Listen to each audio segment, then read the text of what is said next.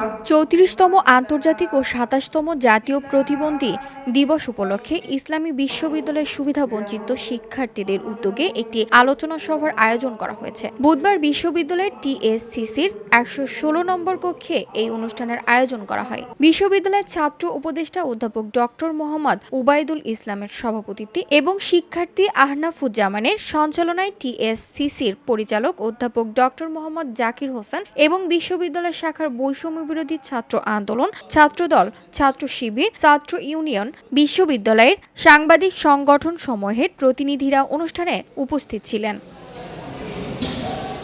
এ সময় বিশেষ চাহিদা সম্পন্ন শিক্ষার্থীরা তাদের প্রতিকূল জীবন সংগ্রাম ও অনুপ্রেরণার গল্পগুলো তুলে ধরেন, পাশাপাশি প্রশাসনের কাছে বিভিন্ন দাবি তুলে ধরেন। এ সময় ছাত্র উপদেষ্টা বিশ্ববিদ্যালয়ে বিশেষ চাহিদা সম্পন্ন শিক্ষার্থীদের উত্থাপিত 15 দফা দাবি বাস্তবায়নের অগ্রগতির বিষয়ে আলোচনা করেন। পাশাপাশি বিশেষ চাহিদা সম্পন্ন শিক্ষার্থীদের সার্বিক উন্নয়নে বিশ্ববিদ্যালয় প্রশাসনের ইতিবাচক মনোবল তুলে ধরেন।